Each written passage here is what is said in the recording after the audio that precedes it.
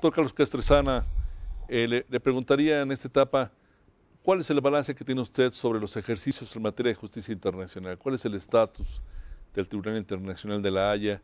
Me da la impresión de que estamos avanzando hacia una nueva etapa en esta materia. Mire, la justicia internacional está muy condicionada por la situación política.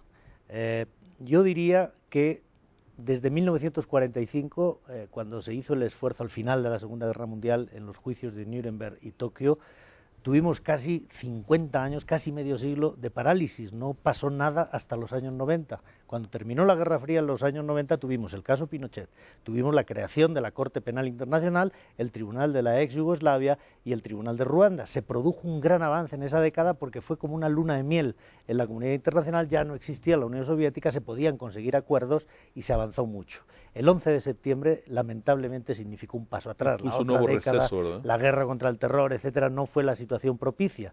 ¿En qué punto estamos ahora? Yo creo que estamos volviendo a una situación en la que vuelve a haber condiciones favorables y yo creo que hay que apostarle a eso.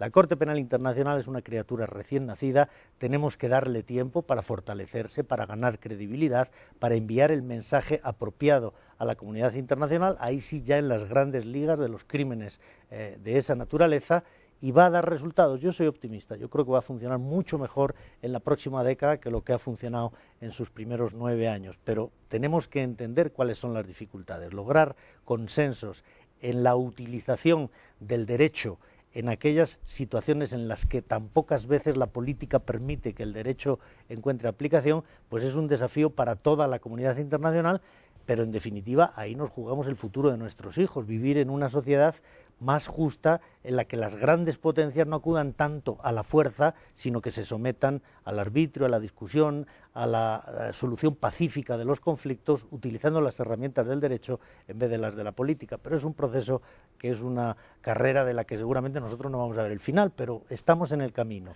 y en este momento estamos mejor que hace 10 años. Pero hay un debate en el sentido de que esta justicia a veces es la justicia de los ganadores, incluido Nuremberg. Se castigó una parte del conflicto y seguramente hubo atrocidades en la otra parte del conflicto también, pero para no irnos hasta allá, a veces da la impresión de que son llevados ante la justicia internacional dictadores que ya se han convertido en parias después de que han sido derrocados, etcétera. Nos estamos aproximando a la posibilidad de que gente en la plenitud del poder puedan ser llamados a cuentas por la justicia internacional o no. Yo creo que sí, pero eso que usted decía, que es indiscutible y que es un sentimiento que en los países de segundo o tercer mundo se percibe con mucha claridad, es lo que yo señalaba, credibilidad. La justicia internacional tiene como asignatura pendiente ganar credibilidad, poder aplicar las normas de manera igualitaria a gobernantes muy poderosos y a gobernantes menos poderosos, a los que están en el ejercicio del poder y a los que ya lo dejaron. En ese sentido, el de Pinochet fue un precedente muy importante porque Pinochet no había sido vencido previamente por las armas, no era un fracasado, al contrario, era un modelo casi de éxito.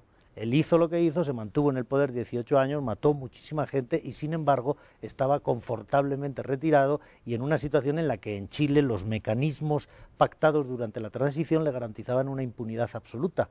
Desmontar eso consistió en el trabajo que nosotros hicimos y era lo difícil. Hoy en día, por el contrario, podemos decir que Chile, que era un paradigma de impunidad, es un ejemplo de justicia, es la buena noticia.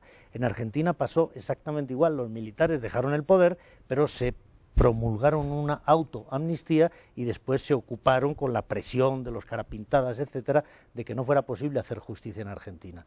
Nosotros empezamos con un esfuerzo muy humilde porque procesamos a 2 capitanes de la Armada, el Escilingo, que fue detenido en Madrid, y el que es muy conocido en México, el capitán Cavallo, que en los años 90, finales de los 90, se ocupaba aquí del Registro Nacional de Vehículos. Bueno, en el caso de Escilingo se hizo el juicio, se dictó sentencia y está cumpliendo condena.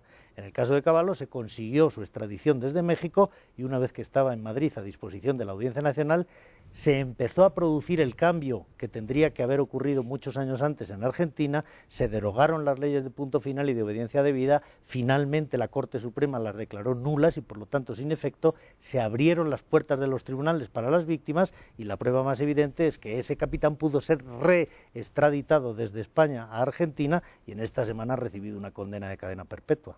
¿Qué opinión tiene, doctor, sobre los modelos que siguen cada país o muchos países como a modo de cada país, al acomodo de cada país.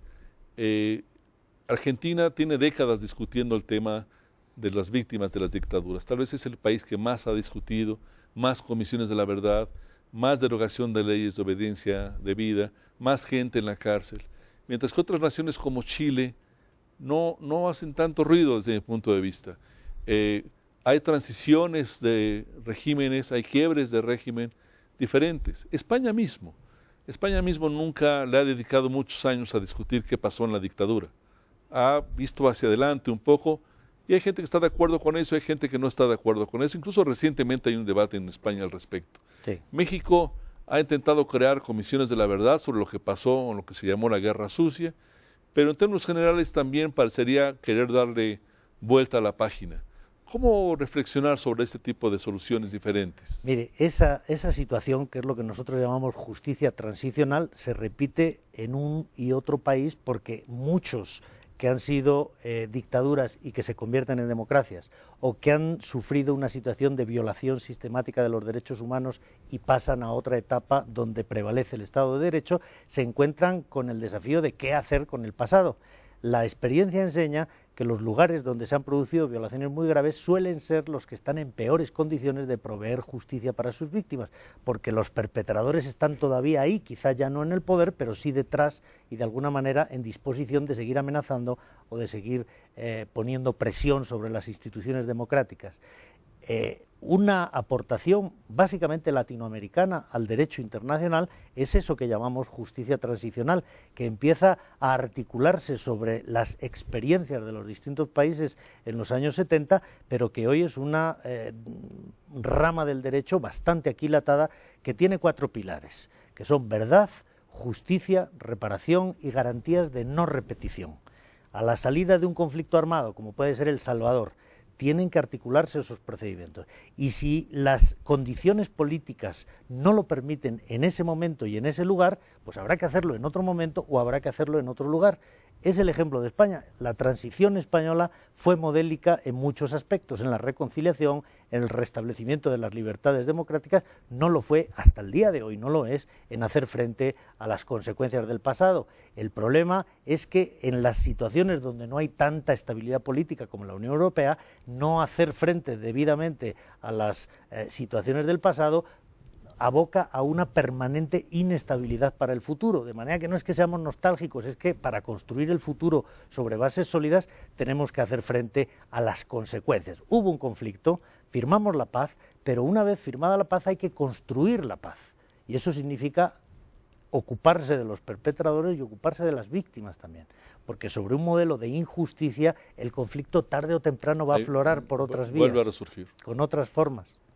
Doctor Castrezana, ha sido un placer. En Centroamérica, desgraciadamente, hoy en día hay más víctimas de la violencia, aunque ahora sea violencia, delincuencia común, que las que morían durante el conflicto armado. El conflicto ha cambiado, pero ahí está. ¿Usted piensa que se expresa de otra manera? Se expresa de otra manera. Doctor Castrezana, se nos ha acabado el tiempo. Le doy muchas gracias por su compañía esta noche con nosotros en La Silla Rota. Gracias a usted. Gracias. Buenas noches. Que disfrute su presencia en México. Gracias. Gracias a ustedes. Hasta la próxima.